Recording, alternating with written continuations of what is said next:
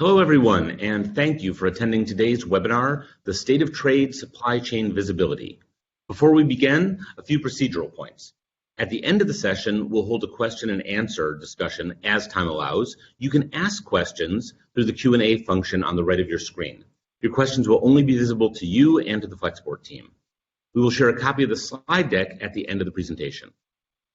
For our lawyers, a brief legal note. Please do keep in mind that all information provided in this session is based on the situation at the current time and may not be customized to your specific business requirements. We always recommend reaching out to a Flexport expert to discuss your particular situation.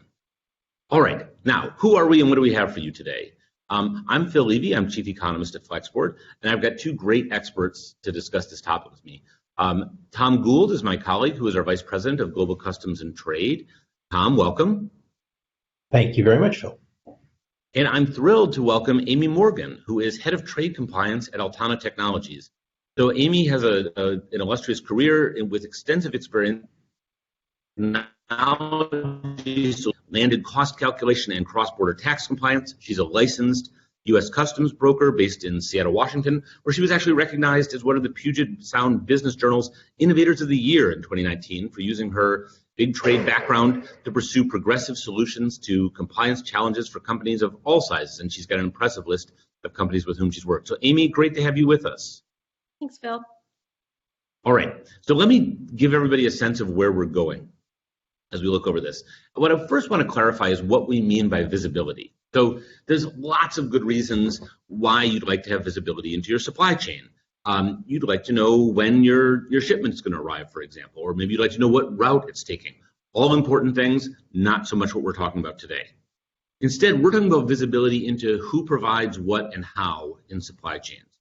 So as you'll see from our agenda, we're going to start talking about what companies have traditionally known about them, about how their goods are produced, and whether that sort of visibility has changed over time. We can also talk a bit in this section about why companies have wanted to know this. Then we're going to move on to talk about what governments have traditionally wanted to know about supply chains. And we're holding this session. The reason we're talking about this thing is that we see some interesting and potentially important developments in what governments want to know, but it doesn't mean that it's an entirely new issue. So we want to sort of ground ourselves in where we came from on this and traditionally what has compliance meant. Then we're going to move on to talk about what are these changes? What are the things that have caught our eye, these new demands for visibility? And we're going to focus heavily there on government-driven developments around the world with multiple governments. But these new demands can come from the private sector as well, and we'll touch on that also. Finally, we'll do our best to project out and forecast where all this is heading. That won't be so much a practical guide. Our companies both do it, that kind of thing, but that's not our topic for today, but more a broad overview sense of what's likely to come next. And then, as I said, time permitting, we will get to questions and answers. First, though, as is our wont, we will start with finding out what you guys think about all of this. So we are going to start with a poll, and I believe you should now see a new live poll off to the right, asking you, what is your experience, or what is your stance on supply chain visibility? So specifically, to the extent you felt the need for deeper visibility into your supply chain, has this been primarily due to the need to work around recent pandemic-era interruptions, policy actions such as tariffs, general ideas about cost minimization? So in other words, you brought this on because you want to increase margins, existing or pending government informational requirements, or just haven't felt the need to have deeper supply chain visibility, and you're just going to be rushing off and doing things differently after this webinar.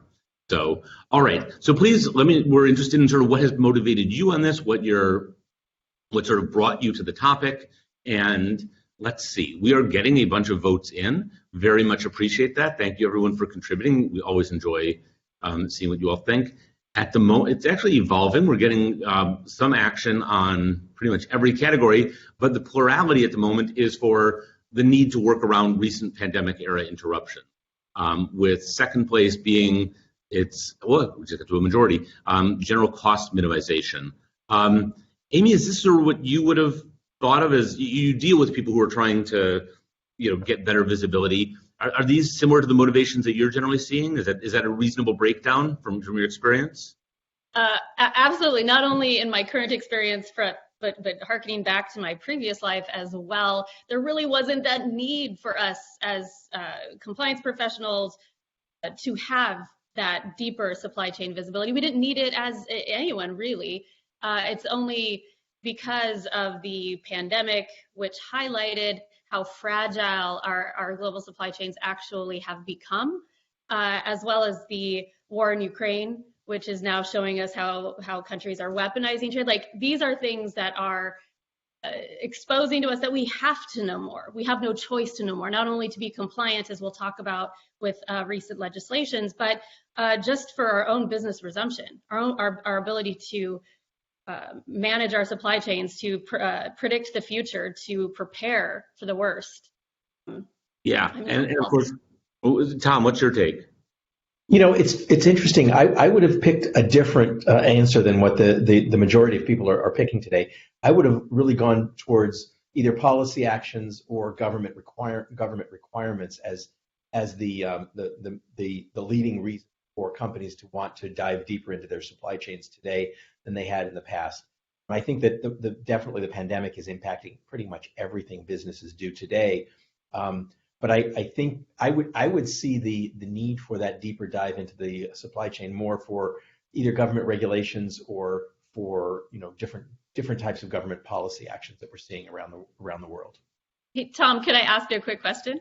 If you consider policy actions as a result of the disruptions we're seeing, where the governments are actually responding with new policy because of the pain that everyone is feeling from the air. They're kind of coupled in a way, right? Would you agree? Or yeah, they definitely are coupled. And I think this was a good question because really what it did is it showed a very diverse set of responses. Yeah, we don't have actually a majority on any of the answers.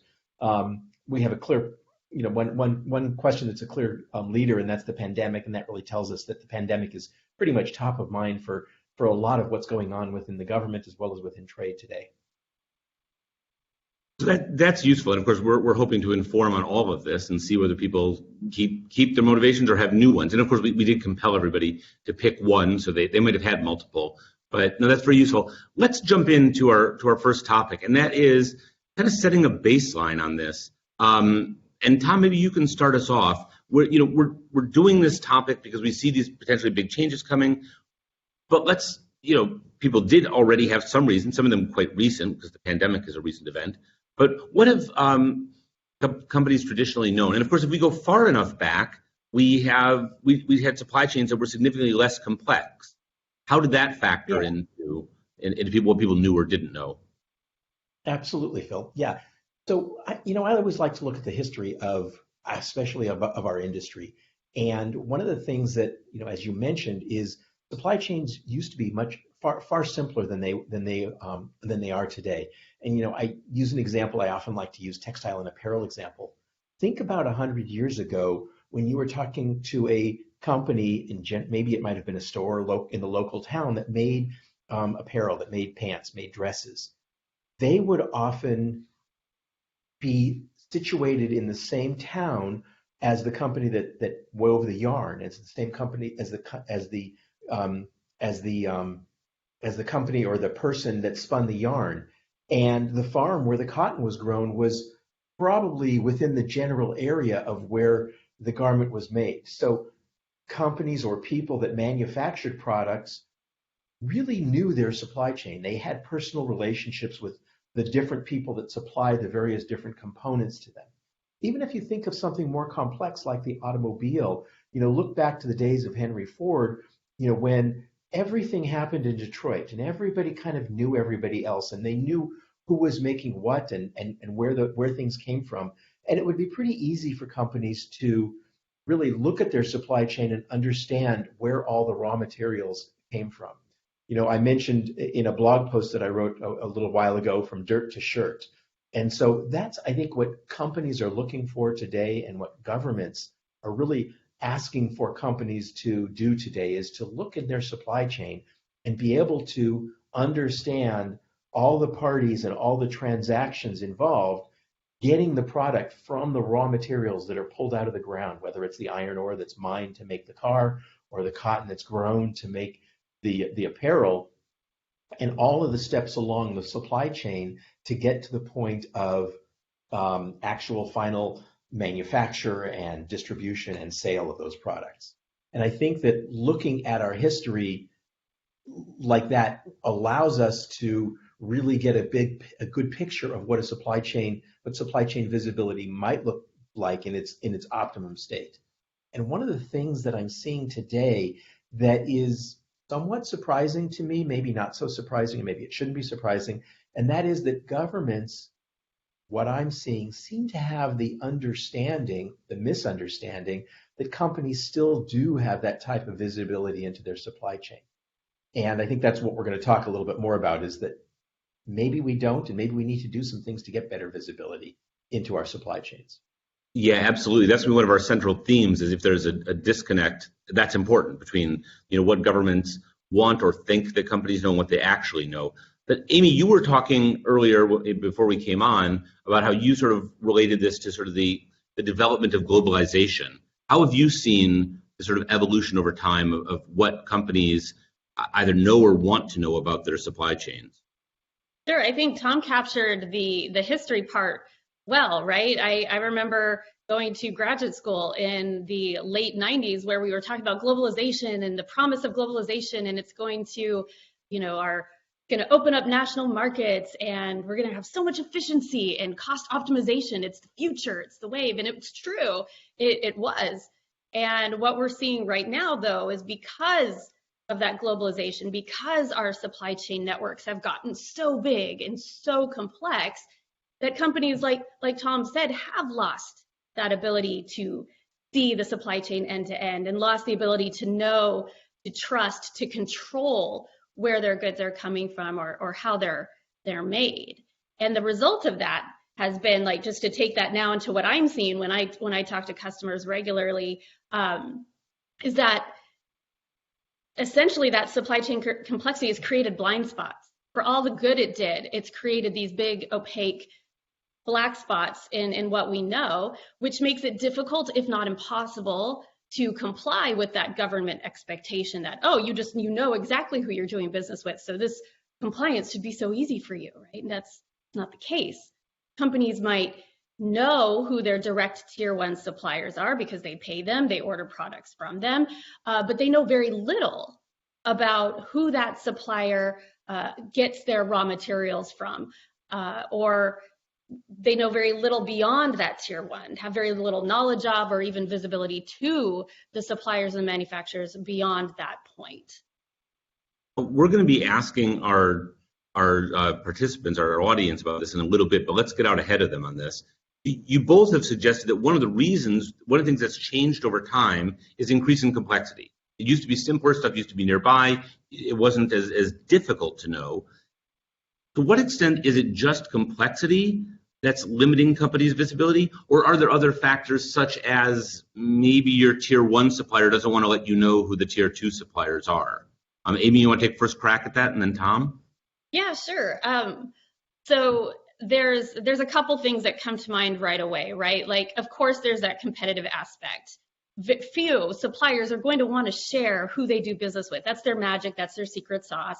And in some cases, we're seeing where countries are actually prohibiting companies from providing some information about their supply chain, such as China.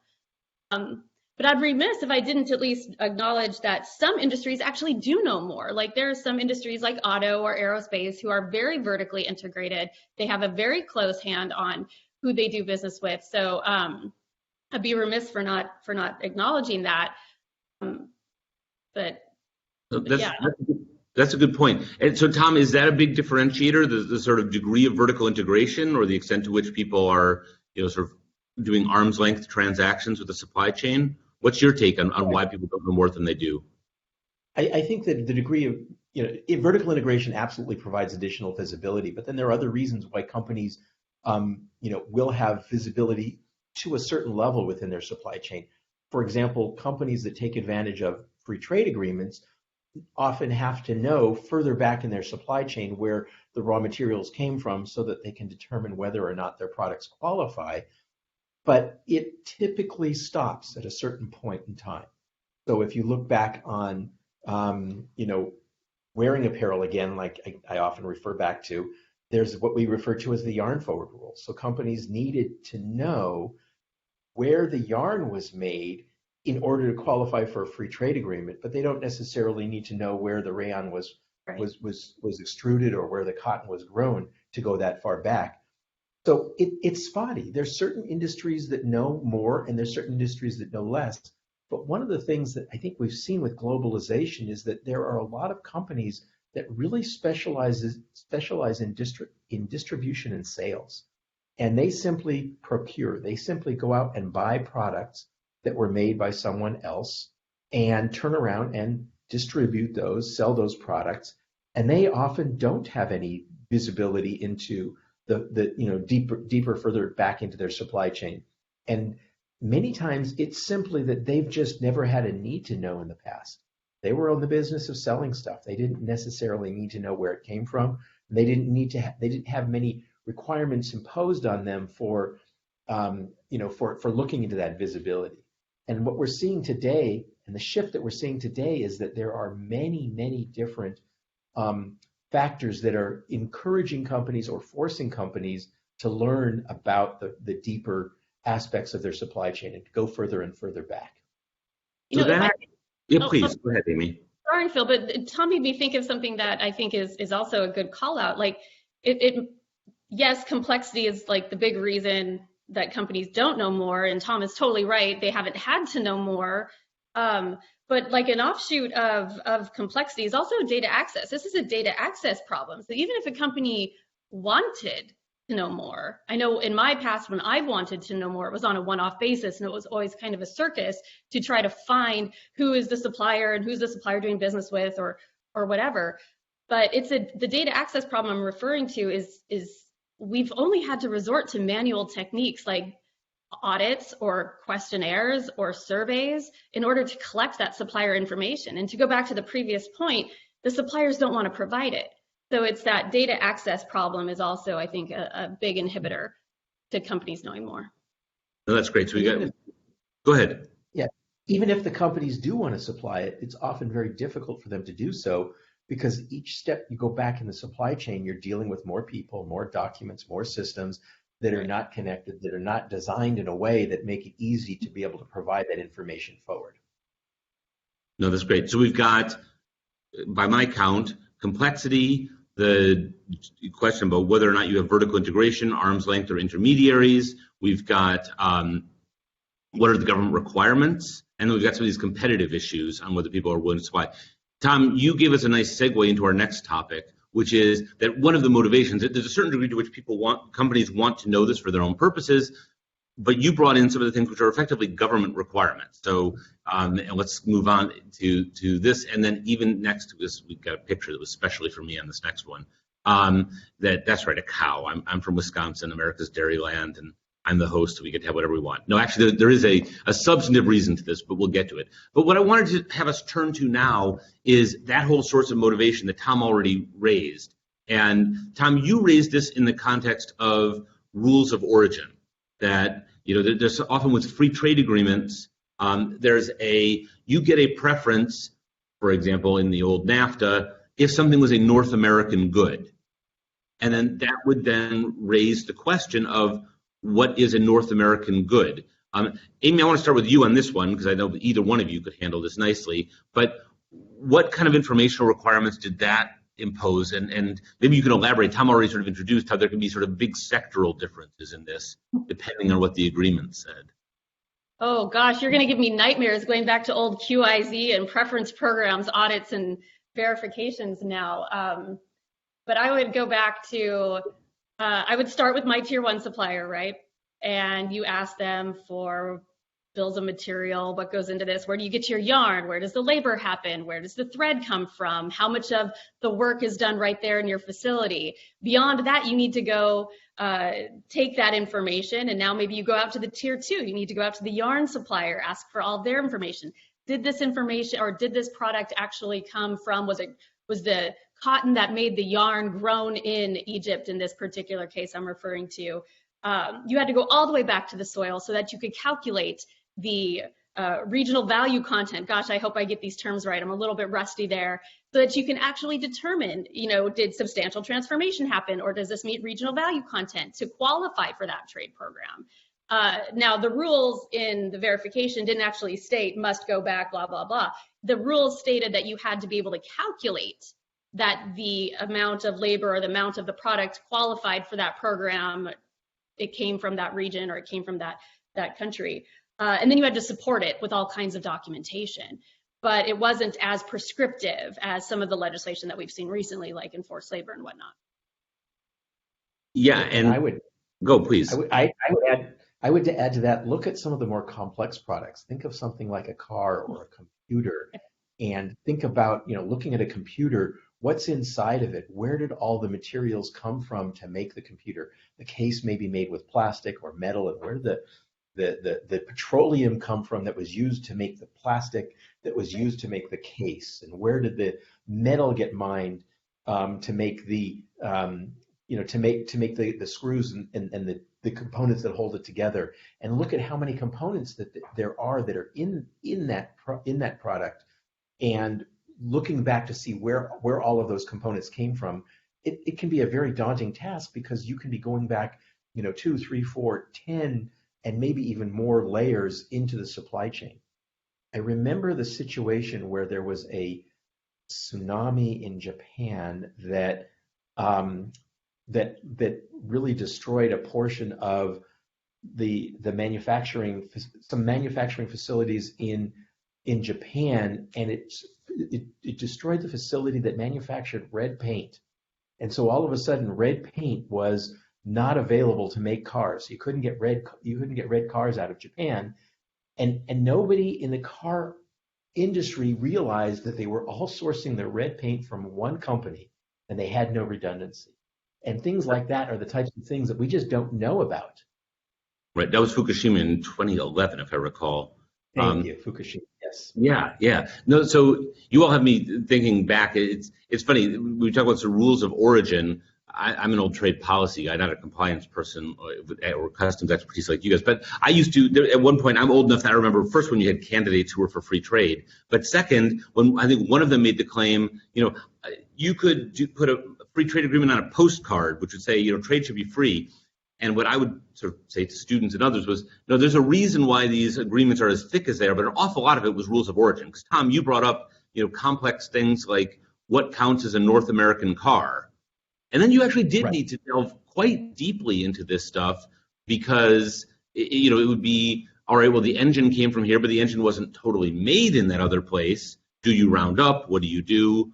Other issues. And in fact, that was one of the big changes that we saw with USMCA, was that it was changing some of those requirements, right?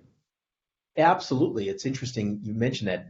One of the differences between NAFTA and USMCA, like in the auto sector and some of the other heavy machinery sectors, is that under NAFTA we may have needed to go back to where the metal was formed into the fender or formed into the particular part of the machine that you were looking to import and qualify under NAFTA. Today, though, the rules of origin under USMCA often require us to know where did the actual metal come from that was used to make the sheet of metal. Where did the ore come from that was used to make the sheet of metal that was formed into the fender? So the rules of origin have shifted to require companies to look further back in their supply chain. But if you look at the free trade agreement rules of origin, they're very specific industry by industry. The auto industry has notoriously had much more stringent rules of origin that required a much more in-depth knowledge of the production process of the car. But if you look at another complex industry, the computer industry, the rules of origin were designed in such a way that you really didn't need to go that far back in the supply chain to determine if you qualified. One of the things that we're seeing with the governments today and what they've wanted to know in the past and what is changing today is that today companies are using multiple different laws and rules to encourage or force companies to dig further and further back in their supply chain, not just things like the rules of origin. there have always been things like the food safety and the consumer product safety rules that required companies to know pretty far back in their supply chain where things came from. But what we're seeing today is a vast expansion of the number of products and the types of products that governments are asking for further detail in. And even not just governments, but companies themselves are wanting to know for various reasons, as well as NGOs are looking to dig into the supply chains of companies as well. Amy, I'm going to want you to comment on that in a second, but I also want to toss another thing in there, which is the trade-off between desire to know and costs of compliance. And in particular, this actually is my more serious reason for having Bessie here on the slide, which was that was part of what this dispute was about, was there was a requirement on this country of origin labeling, which, and you guys can probably correct me on the details because it's going to be a little bit fuzzy, but that it was, importers had to specify which herd or very specifically was their beef or other agricultural products coming in on. And I think a lot of the debate was how costly was it to comply with that informational requirement, and did that cost effectively serve as a barrier to trade? Am I remembering that right? And generally, Amy, how do you see the sort of balance between, yeah, it's nice to know these things versus it's costly to comply? Well, do you want me to talk about the past, or do you want me to talk about where we are now? Because you can bring us right on up. So today the cost is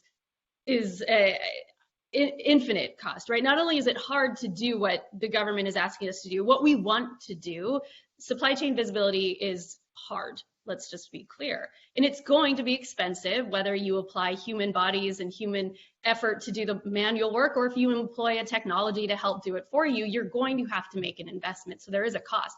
But if you don't do those things, now you're risking not only non-compliance, which comes with a whole slew of its own penalties, you're privileged to import or export, you're also putting at risk your own business resumption. If you don't have this visibility into beyond your tier 1, into your tier 2, into your end tiers out the door, how will you be able to better plan for any disruption that might hit your business? If there's an earthquake in Haiti or a hurricane in the Gulf or whatever, how will you know if any of those events impact you?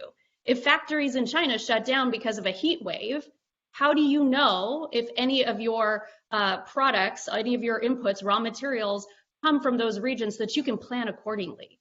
So now the cost is, if you don't invest or if you don't engage in this deeper visibility, it's going to come back and hit you hard like the last 2 years have, with shortages of baby formula or cars, semiconductors, and the like. So the cost is exponential. Yeah. Do you get the sense that governments have factored that into account? I think some of the policy is a result of them noticing the supply chain shortages and trying to address them by forcing companies to know more so that we don't come into this situation again in the future. But whether or not they know or they understand the degree of the complexity and the cost it's going to, that companies are going to have to incur, I don't know. And I would say that the governments tend to not necessarily look at the cost. They look at the result. They want an answer to a question. And if you look at the different, things like we're talking about rules of origins, food safety, and so forth, is governments tend to want to know the answer, and they leave it up to the, to the trade, to the companies that are actually trading in merchandise to determine how to do it. And one of the things that we're seeing today is that because we have not had the visibility in the past, many companies, and the way that companies are going about it is they're looking back in their supply chain, meaning they're starting with an end product and they're trying to work their way back to the beginning, to the raw materials. And what companies, and that's what can be extremely expensive. And what companies are starting to do today is starting to look at it from a different perspective, meaning they think that the theory is that it would be less expensive overall to start tracking origin at the beginning of manufacturing of products. So putting into place processes and procedures so that anytime that something is manufactured and made, that information is made available to the next level in the supply chain. And I think that that's where we can look at lowering costs to doing it, bigger upfront cost to get the process started. But once it's in place, I think the overall cost will be less expensive by starting at the beginning and working forward as opposed to looking backwards on something that was already manufactured. So this is a very nice cue for us to go to our next poll, which is we're going to ask everyone out there who's dealing with these kind of issues, what are your obstacles? So when you think, actually, I think we have it's supposed to be the biggest obstacle to greater supply chain visibility. We are going to, all right, well, you know what? We're going to ask this question anyways, because it's the question we have, so our forward-looking question. So let's ask, when you think about enhancing your supply chain visibility, being forward-looking, we're going to come back and ask you what are the blockers now. Which are you most inclined to do? Find tools that can map supply chains and screen for compliance simultaneously, budget for traceability services, find tools to enhance communications with suppliers, hire more headcount, or I'm not thinking about enhancing my supply chain visibility. So we'll start with forward-looking, and then we'll see later on what's been happening to you in the past. But let me ask everyone who has a view on this. What are you thinking about? What are your inclinations? And we will later be getting to a discussion of what we see as some of the options or the likely trends. It looks like what we have in the lead are easily the find tools for mapping and screening for compliance simultaneously, and then finding tools to enhance communication coming shortly after that. Amy, this has to warm your heart, doesn't it? I am overjoyed with these results. Because this was sort of a gamble. That tool that can map supply chains and screen for compliance or risk simultaneously feels like science fiction, right? And that's what I do all day long. So that makes me very happy. Cool. Well, that's great. So clearly there's an appetite for that, and we're going to be talking more about that and getting to these solutions as we get towards the latter part. Let's move now, and thank you everyone, by the way, for giving us those responses. We always are very enthused about knowing what you are thinking. But let's move down to some of the stuff we've hinted at, and the stuff that was really our motivation for holding this discussion in the first place, which is that it strikes me, and I'm going to let all of you weigh in, that we are seeing increasing demands this way. Tom, you already addressed this a bit, the sort of the government concerns. But I think on our next slide, we'll have just a range of examples of things that are coming in where governments want to know more. I'll just pick one out of there because I know the least of all of us about all this stuff, so I'm going to grab the one thing that I know. But something that has sort of really struck me has been the move in Europe towards a carbon border adjustment mechanism. That they've started out where the informational requirements might not be enormous because it started with fairly simple products. I believe it's 4 or 5 products that we've started with. But this seems to me that there's an inexorable trend here where we're going to have more and more informational demand. Because if you do something that makes, say, steel more expensive, by the way, I should just say, the purpose of this is to, from the EU's position, require that other producers around the world are facing the same kind of environmental costs that EU producers are facing. But if you have the impact that some key inputs, like steel, become more expensive, it seems only a matter of time before they start saying, well, now I want to know this on something much more complex like cars.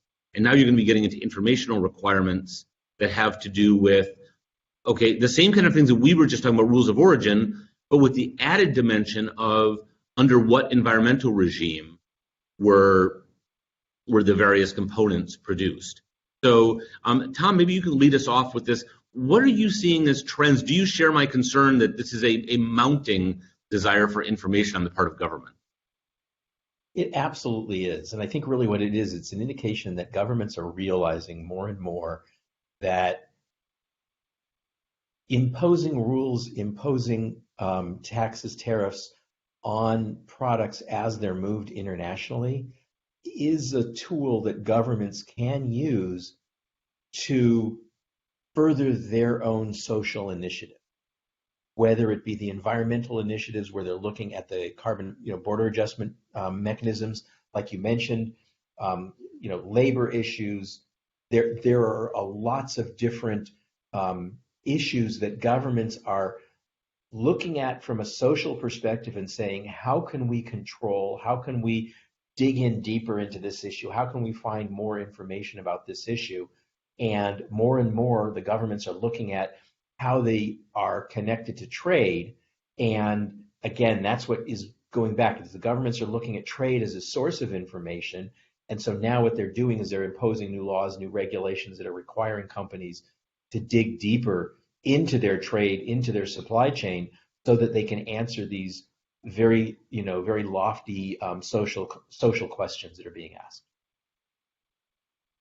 Amy, what's your broad take on the trend? And then we can dive into whichever specifics, or there's any particular ones that have caught your eye.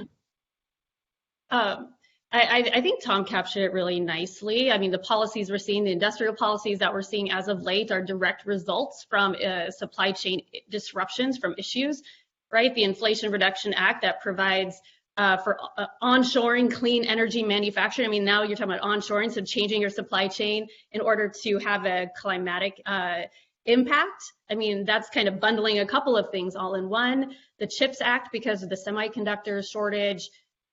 We saw the Formula Act because of the baby formula shortage. So having to dig deep into your supply chain in order to find information to take it to comply with policy that is a direct result from supply chain disruptions.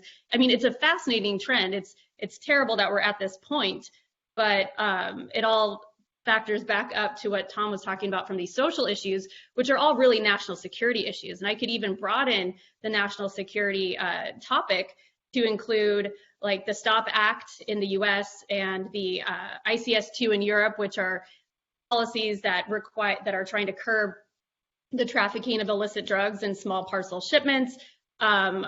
There's, you could even look at tax revenue protection, where the EU eliminated VAT de minimis. Like, all of these supply chain related issues are now manifesting as policies that now require digging deeper in order to be compliant. It's just this whole crazy web. And we also shouldn't forget about supply chain security. Post 9/11 programs like CTPAT, AEO, PIP where governments are saying to companies, if you want us to provide you with a higher level of service, or you want us to scrutinize your supply chains less than, or your imports, your exports less, look into your supply chain, understand the security aspects of your supply chain, impose requirements on your raw material suppliers, on your vendors, and dig into your supply chain. So that was probably one of the first ones in the modern times where governments started looking at companies to dig deeper and asking them to dig deeper into their supply chains. Oh, Tom, you're so right. Like, I was trying to stick with like the current stuff, but like if you go back, you could go back to 2001 with CTPAT, 2002 with the 24-hour advanced cargo manifest, 2009 we had ISF, 2010 ACAS, 2019 section. I mean, all of this trend towards asking the public-private partnerships, where the public is asking the private to provide these data elements in the name of security. Now, not all of those data elements are necessarily deep supply chain visibility related, but it's knowing more about where your stuff comes from in the name of national security. It's like the trend is just, if history speaks for itself. Well, with both of you raising that, let me pose the question. Do you see, we've all sort of weighed in that this is a heightened level of sort of demand for company visibility and interest. Do you see this more as a continuum, or did things like the pandemic and maybe an anti-trade turn in the last several years mark a sharper break? So is this just a little more of the same thing, or is it sort of qualitatively different? I would venture to say that it leaps us forward dramatically. Whereas before, in order to comply with these things, like these were voluntary programs, CTPAT and these things, like this was all voluntary. Now it's becoming more mandatory. It's compulsory. You have to know more now in order to engage in cross-border trade activity. But it's going to take us into the future as well. It's going to become the norm. Today, the hot topics are, we've covered a bunch of them, forced labor is on the top of everyone's minds. But tomorrow it's going to be mandatory climate legislation, or it's going to be mandatory conflict minerals legislation, or it's going to be mandatory requiring knowing the financial health of your suppliers or whatever. And all of those things require knowing more, require having that deep supply chain visibility that you haven't had to have. So I think this is just a sign of things to come. What we're seeing right now is just a sign of more to come. So investing now in understanding your deep visibility into your supply chain is going to pay dividends later. Yeah. Tom, what's your take? Continuity or escalation, big escalation? I think it's one of these like a logarithmic curve where, it's been escalating slowly for, probably the past 20, 25 years. But and maybe it has to do with the pandemic. Maybe everybody had an opportunity to sit back and look and think, but we're starting to see that rapid escalation. And when I say rapid escalation, I mean there's a rapid escalation in the amount of information that governments want, the types of information that governments want, even the reasons why governments want the information. But again, it all comes back to, and one of the reasons I like the fact that we're doing this webinar talking about visibility, really what it does is it all comes back to the fact that there is this strong need for visibility into where companies made the products and going all the way back, like I said, dirt to shirt, where all the materials came from and where all the inputs came from, and looking at all aspects of it. We talked about security, we talked about safety, we talked about food safety, we talked about labor issues, other social issues, carbon issues. And it's coming from multiple different directions, and it seems like it's been this perfect storm over the last few years where everything has kind of come together, and to the point where governments and companies are realizing deeper visibility is going to be the important issue going forward as far as for international trade.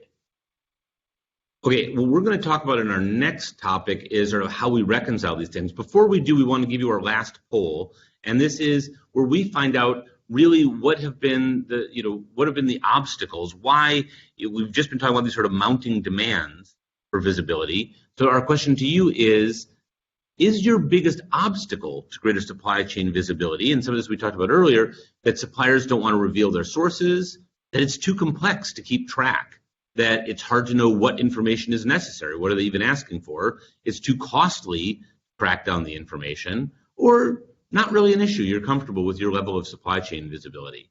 So thank you for those of you who have voted. We'll ask everyone who can or has a view to weigh in. There we go. We're getting lots of votes now, at least on my screen. So we're getting a bit of a mix here. That we have a clear leader at the moment. There's still time to vote. Polls are still open. And I don't want to bias anything, but at the moment, we have a plurality with suppliers not wanting to reveal their sources. But you're getting weight across the board for almost everything except for everybody being comfortable. So people are uncomfortable, but for different reasons. Tom, do those reasons surprise you? Does the spread surprise you at all? Not necessarily. I'm actually not surprised that some companies say they're comfortable with their supply chain visibility. I would expect it to be a very small percentage. There are companies out there that really do have a handle on this. Generally, they're vertically organized, where they manufacture all the raw materials as well as the final products. And there are some companies out there that do that. And I think it's important to look at them because that's what customs expects. That's what customs thinks is out there. I would expect that if we were to take this poll of government regulators, the results would be very different. But honestly, I agree. I think that the fact. What do you think they would say? What would the government regulators say? I would think the government regulators, a higher percentage of them would say that they're comfortable with their level of supply chain visibility, that companies have the information, that companies have that. I think that governments would be surprised at the high level of responses that we're getting, where we're saying companies that we do business with don't want to reveal that. And I think it's just the way that the government, the government mentality, the way the government works is they don't, we've seen this, in a company, business and government think things differently. But anyways, no, I'm not surprised. Stay tuned for our forthcoming webinar, Government Regulators and What Do They Know? No, I'm just kidding. But Amy, what's your take? I'm actually surprised that the complexity one isn't number one, just based on the first poll that we did, and the fact that the complexity actually lends itself to suppliers not wanting to reveal. But I'm actually quite surprised, because it is the complexity. So if companies are trying to obtain that visibility, it is really hard to do. It's hard to do because I know it's hard to do from firsthand experience. I know it's hard to do because there's very few tools on the market that can even help a company understand and get that visibility. So I'm a little shocked. Well, it's a strong contender, the too complex. It's coming in a fairly strong second, and there's a decent spread there. And of course, you always get a certain bit here where we make people pick one choice, and so as opposed to listing all the ones. It gives us clarity, but it does make people sometimes potentially downplay something that they also thought was important. All right, let's move on. Thank you, everyone who shared your thoughts with us. As you see, we and our friends, the government regulators, may all be surprised by this. But what we want to talk about as our sort of final topic before we get to some Q&A is what comes next. So the picture that we've painted here is mounting government demands for visibility and information. And you both have described this as something where whether it's continuous, exponential, whatever, it's seriously increasing. And we've seen from our participants and from the kind of people that you guys work with day in and day out, that maybe companies aren't as comfortable with this and aren't quite ready for this. So I wanted to ask sort of how you see this playing out. What role does, Amy, you were just talking about sort of technology as a solution, but before we get to technology, actually, you know what, let's start with this. What do you see as the solutions? What do you see as the resolution? Amy, what do you forecast? Yeah, so without being I'm not going to be a commercial for what I do, but I can tell you what I'm seeing is what will have to happen is that visibility in the form of the way we traditionally think about supply chain visibility being like a map, for instance. Maps are not enough, right? Maps are static. They're snapshots of a moment in time, whereas our supply chains are dynamic. They're living organisms. They're changing and whatnot. So in order to achieve that deep visibility, we're going to need, or what we will see is more disparate data actually coming together. So folks have Excel or Google spreadsheets where they keep data. Maybe they have an ERP system. Maybe they're lucky enough to have a vendor management system or multiple systems for different pieces of information. But in order to get that deep visibility is going to require pulling all of that information together. So I think what we'll see is more dynamic integration of disparate data sets that can, from that combined data, create that source of truth that companies could then derive whatever insights from as they desire. So you have one source of truth for the trade compliance people to use to investigate their compliance with forced labor legislation, or you've got the supply chain team who can use the same data to look at their resilience or look at supplier metrics or plan for other risk. So doing this when everybody's working off the same data and everybody's able to use that information to make better choices, then we'll see not only compliance with what's required, but you'll be able to, companies will then be empowered to trust their networks. They can have more control over who they do business with. They'll have more control over their own supply chain fate. I can keep going, but I'll pause. No, that's great. Tom, how do you see this reconciling? Well, I think what Amy was saying really is data is the key. And not only is data necessary for the key, but systems that are going to be able to manage that data and structure that data in a way that will allow for the visibility that's needed is really the key to the key to what we are going to be seeing in the near future. And when I talk about data being the key, one of the things that we see when we start looking at supply chains is we realize that there are a significant number of various different products that are being traded around the world. And historically, we have aggregated a lot of data when we're interacting with the government. So for example, when we buy something, we might buy 10 different products that might all have the same HTS classification. But when we declare to the government and pay the taxes, pay the duties on that shipment of products, we may aggregate that information and tell customs we're importing a product, meaning we might import 10 different colors of socks, but we might report to the government we're importing socks. And when you start to look at that supply chain visibility, what you realize is that the white socks are made with cotton and the red socks are made with, a cotton polyester blend. And now you need to know, where did the polyester come from and where did the cotton come from? And it may be that the white socks have a different supply chain than the red socks. And that type of information is going to be needed to be able to provide the visibility that we need, because once you get to the point of we're importing socks, all of a sudden everything branches out into various different directions. And so then it's the data that's going to be the key to being able to push back further and further in the supply chain. The white socks that are made of 100% cotton, you're only looking back to the cotton supplier. But the red socks that are made out of polyester and cotton, you're looking at the cotton supplier and the polyester supplier. And it may be a different cotton supplier because you're dealing with somebody that's mixing the two in order to make the socks. So that's where the detail is going to become so important, and the amount of data, the granularity of the data that's going to be required for companies to have that visibility and provide that visibility forward to the government is going to require these massive systems that are going to allow companies to capture all of that different data, house it in one place, and analyze it in whichever way is required for that particular government requirement or that particular company requirement. Amy, did you want to say a bit about what you see as technology solutions, and maybe I think you had an illustration you wanted to share.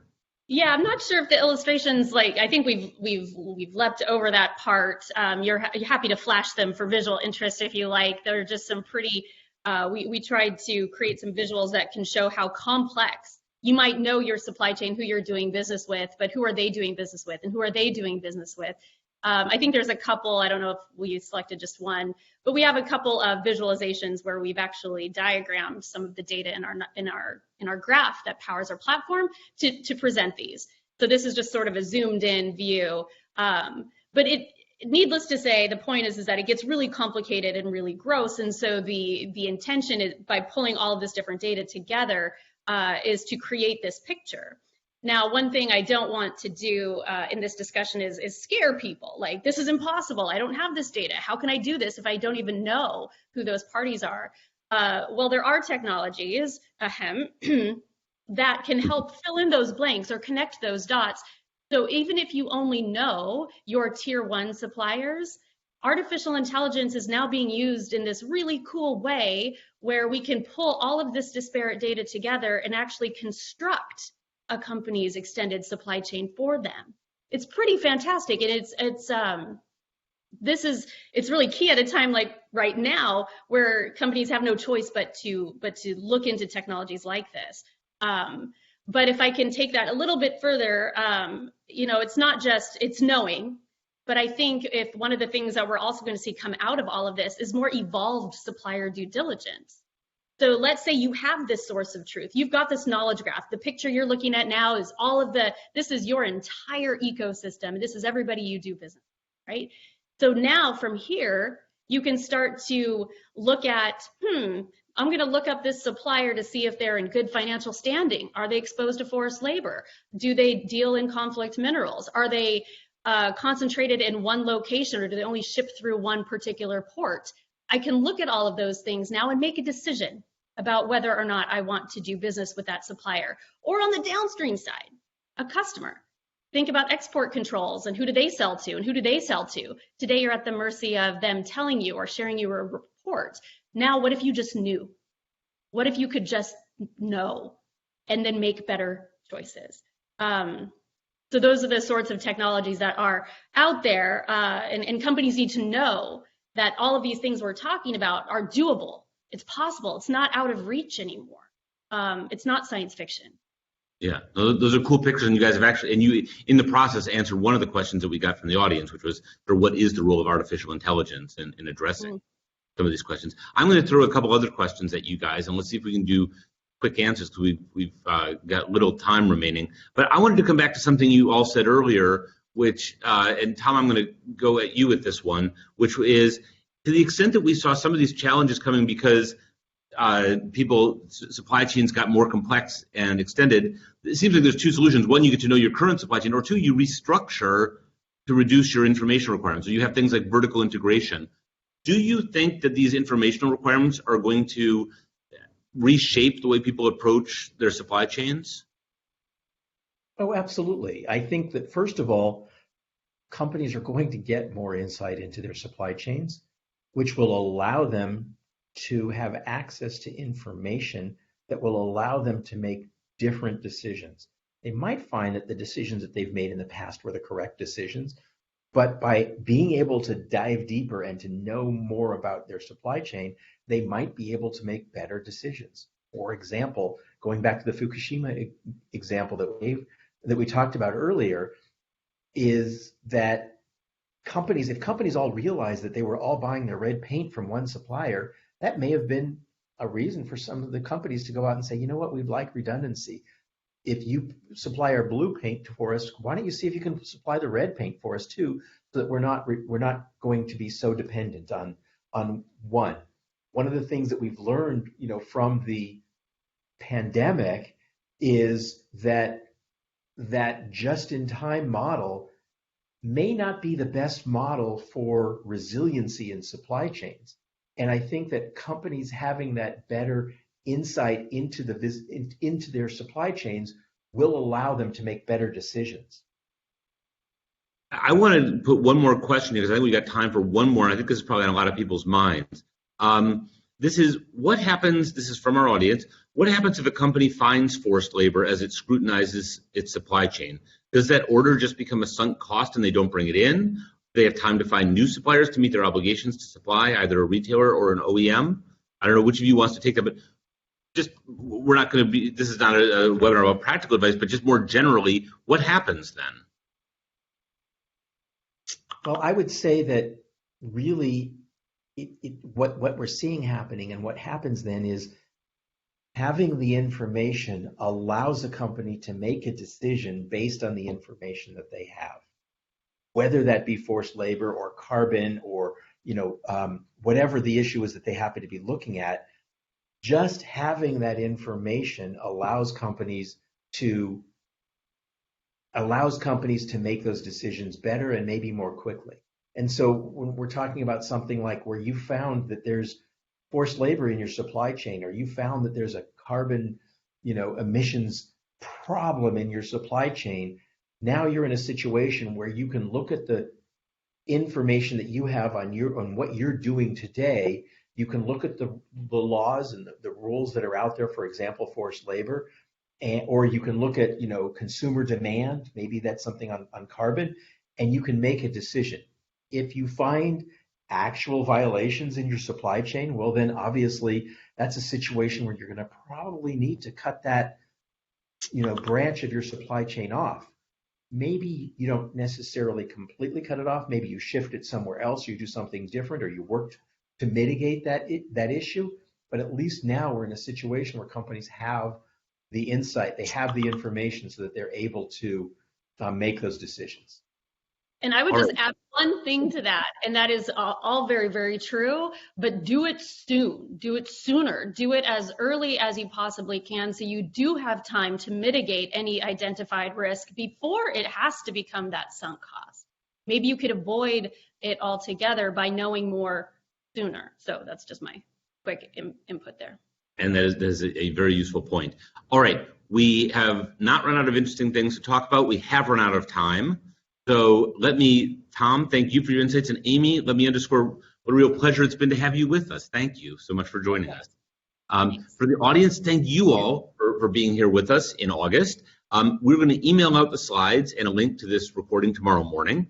There will also be a short feedback survey presented when you log off this call. So please do take a moment to share your thoughts and feedback with the team so we can continue to curate great content for you. With that, thank you again. Have a great day. Thank you.